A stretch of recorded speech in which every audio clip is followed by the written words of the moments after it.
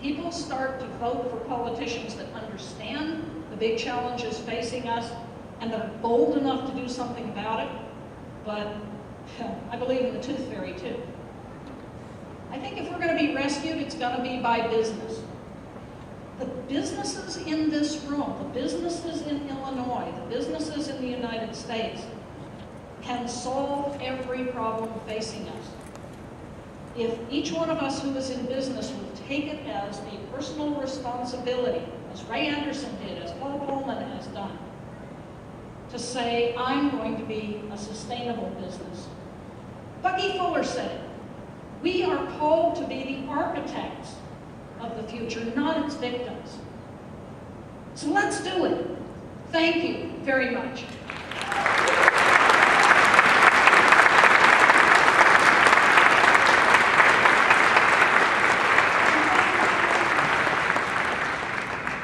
We've got a few minutes if I said anything controversial.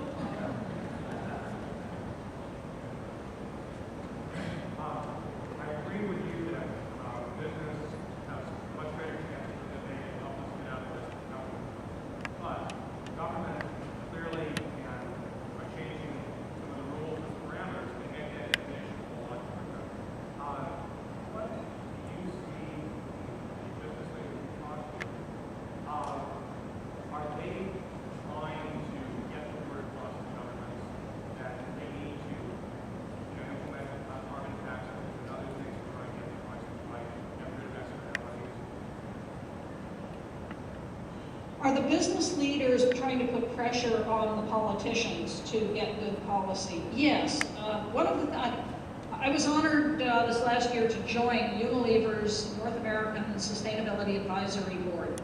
And one of the first things that they asked us was, what bits of legislation should we as a company be weighing in on? And as you can imagine, this little advisory group has been very vocal about the sorts of things that Unilever can productively bring pressure on politicians about. Here's my favorite policy. Why is it that although California gets 70% more sun than cold, cloudy Germany, in the last couple of years, Germany has installed 28 times the amount of solar as went in California? No, Rush Limbaugh, it's not because the sun shines more in Germany. And Germany is on track to be 100% renewably powered by 2050. It's because Germany put in place good national policy. A thing called a feed-in tariff. In this country, they're called clean contracts. And Deutsche Bank did a study of the impact on this. Basically, what the policy says is anybody who generates green electricity in Germany will get paid a fair price for those green electrons. Fair counts the carbon cost, so in effect it's a carbon tax. It counts the impact on society of things like coal plants and nuclear plants. It's about 35 cents a kilowatt hour initially. It's ramping down over time. So it's a nice, attractive bonus for anybody producing a green electron. It does raise the price of electricity. It also drops the cost of solar and wind and such dramatically. It raises your electricity €2 to €3 a month, 50 bucks a year equivalent, a total of 8.6 billion euro more that the Germans are paying because of this program. Ooh, sounds like a lot. What Deutsche Bank found was, had they done nothing, had they not put in place this policy, electricity rates would have gone up, so the Germans would have been paying 9.4 billion euro more per year. So yes, with good policy you may pay more. You will pay less more than if you had bad policy. I know that's a tough one to wrap your head around. So when you hear of good policy coming in that will raise your cost, remember, it's less than you would have paid if you kept the old bad policy, in almost every instance in which we've studied it. Now, I was speaking at the UN about a month ago at the General Assembly, and there's a proposal now floating by a brilliant man in the UN named Candy Yumkella to have a global feed-in tariff And it will indeed raise costs. He said, where can we come up with the money? So I got on the instant message John Fullerton and said, if we put in place a tax on financial transactions, called an FTT, financial transactions tax, or a Tobin tax. You know, Wall Street, what's a shareholder anymore? Most trades on Wall Street are done in fractions of seconds. The owners hold the stock for less than a second. It's just churn. Suppose we taxed every one of those transactions. 0.01% is the proposal. So I texted John, how much money would that raise? He said, conservatively, $10 billion a year in the US. That would pay for a global feed-in tariff if we did it in the financial trading capitals around the world. Would not impose any higher cost on any of you. Because with maybe one or two exceptions, you're not playing in this game of churn on Wall Street. I'm certainly not. I'm a patient investor. I buy a stock like Unilever and hang on to it. Or Diageo, my very favorite, is the company. They make the whiskey that I favor. And I was in Scotland touring they badged it as a sustainable whiskey distillery. It's like, oh yeah, I want to see that. The engineer said, don't tell the company, but I paid them to work here. The CEO said, make it green. He said, try to make it pay back in 10 years, but if you can't, make it green anyway. I said, who's the company? He said, Diageo. I went home and bought their stock. It's been my single best performing stock. And there's a correlation between companies that get it, that do the right thing, and good financial performance. And we can pay for things like a global feed-in tariff if we put in place this financial transactions tax. Here's what's happening in Germany. Gardasheim, 100% renewably powered. Wilpolsried, more than 100% renewably powered. They're selling the excess and earning the little town over almost $6 million a year. A lot of the renewables going in Germany are owned by farmers, by towns, by cooperatives, by individuals. And now you're starting to see articles. There was one last week. Will rooftop solar destroy the electric utility business? Maybe. Would that be a good thing? I don't know. You know, we need the utilities to be the grid. But without a doubt, change is coming. So thanks, good question. Others? One more. Here we go.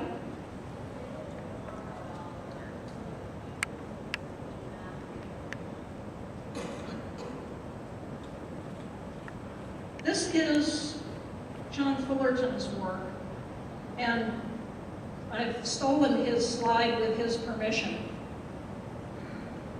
He says the first principle is right relationship. That we have to begin to recognize that we do not exist in service to the economy. The economy ought to exist in service to us, to humans.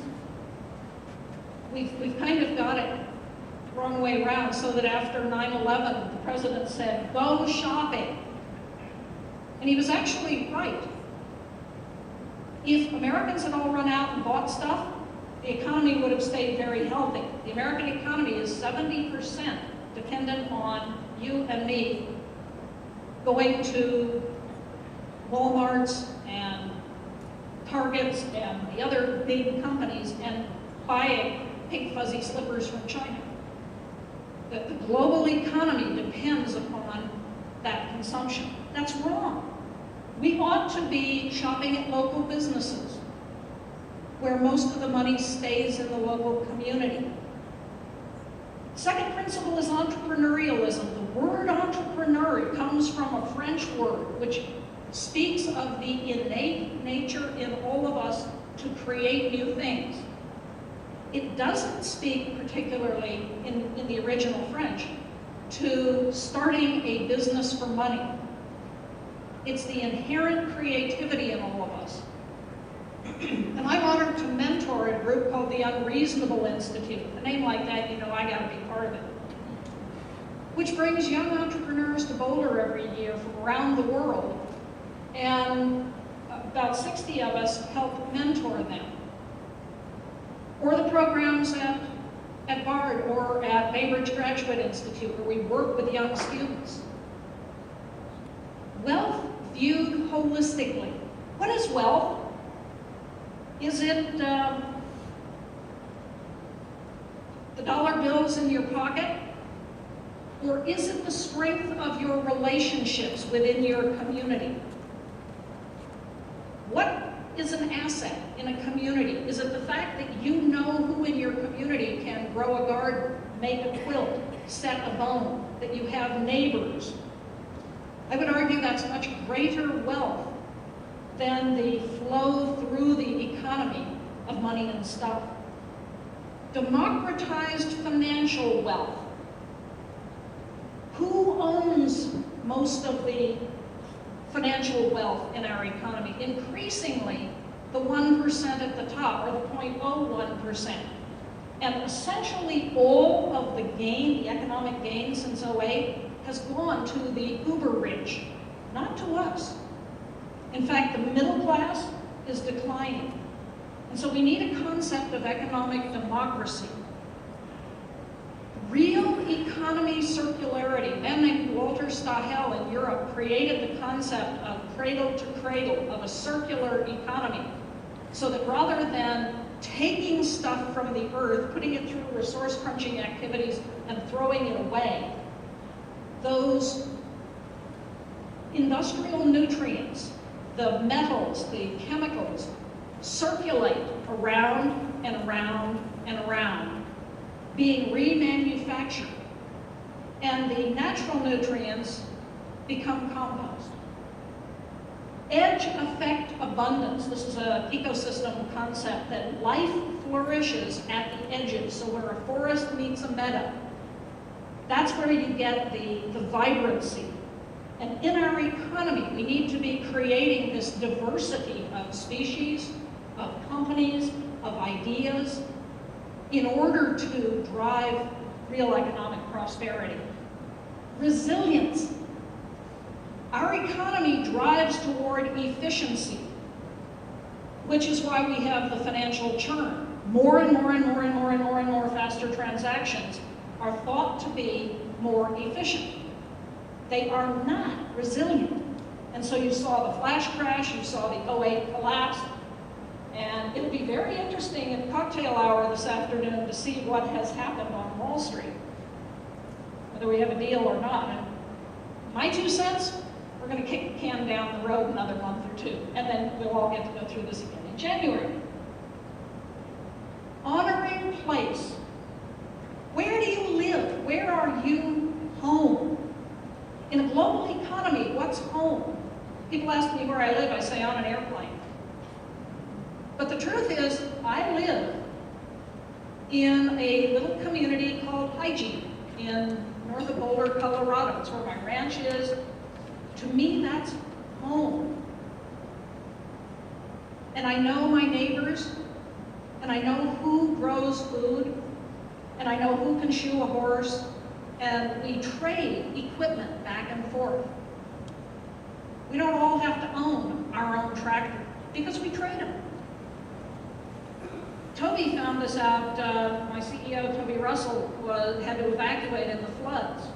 And the little community of Lyons, Colorado came together, and now it's rebuilding. Or Greensburg, Kansas after the tornado. Or Soldiers Grove or Valmeyer here in Illinois after the floods. Place. Where are you home? Where is your business? And beginning to build economies based on place. And again, I highly recommend go to capitalinstitute.org. Check out John's writing. It's the best that I've found anywhere on how do we get out of the mess that we've gotten ourselves into. And when John and I started writing, I said, John, we need a strategy of change. How are we going to do this? These are interesting principles, but how do you actually put them into place? So watch this space. That's my challenge for the next year, is to work with minds like John, like Bob Costanza, like Richard Wilkinson, Kate Pickett, wrote the book The Spirit Level about the pernicious impact of economic inequality on the health of our society. There's a team of about 20 of us from around the world that are going to be doing this work. So check it out. Thanks very much.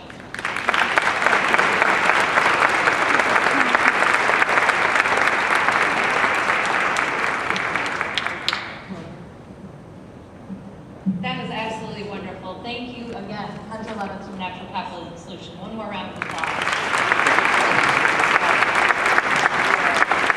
Just a reminder that Hunter will be signing books actually back at Azizi Books, which is right back there right now. So she will be signing her book, The Way Out, Kickstarting Capitalism to Save Our Economic Ass. We also have food for you all. Please enjoy a yogurt and granola bar in the back.